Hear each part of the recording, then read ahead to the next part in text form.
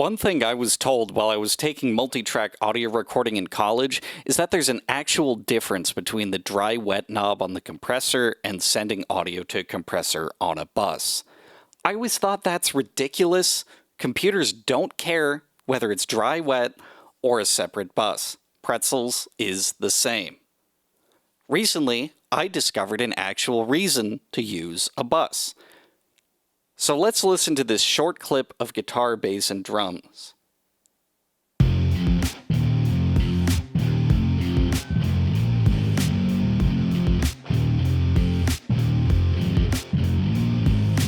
It sounds fine to me, but when you switch to mono,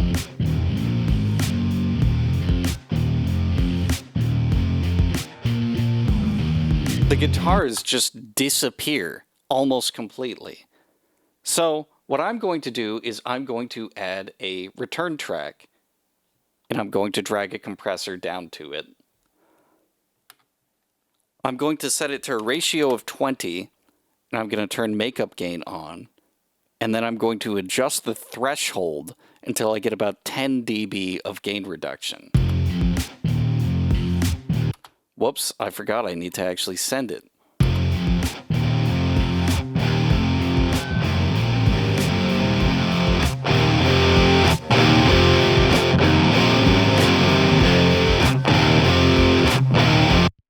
Now the guitars sound great.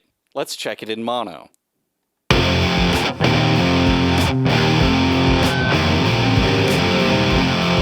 Yep, the guitar's still there, but we're really loud now.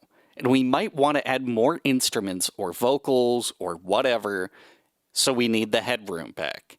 So I'm just going to lower the volume of the bus until we get some nice compressed guitars, but we still have some space for other instruments.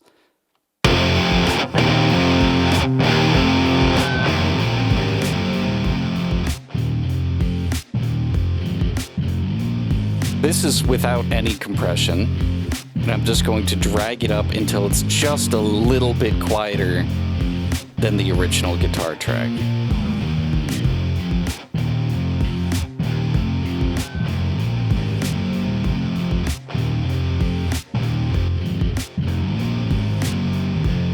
I think that's probably a pretty good balance, but let's check our levels. Let's bypass the compressor.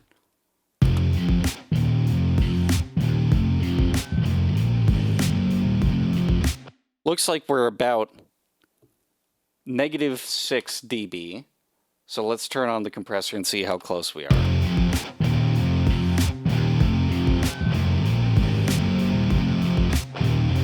-5.6. Alright, that's acceptable to me.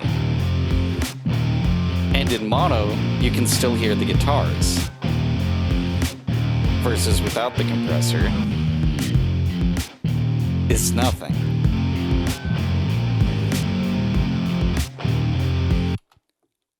Personally, I find this much easier to mix than just using a dry-wet knob, and the guitars no longer disappear in mono. I hope you found this tip helpful.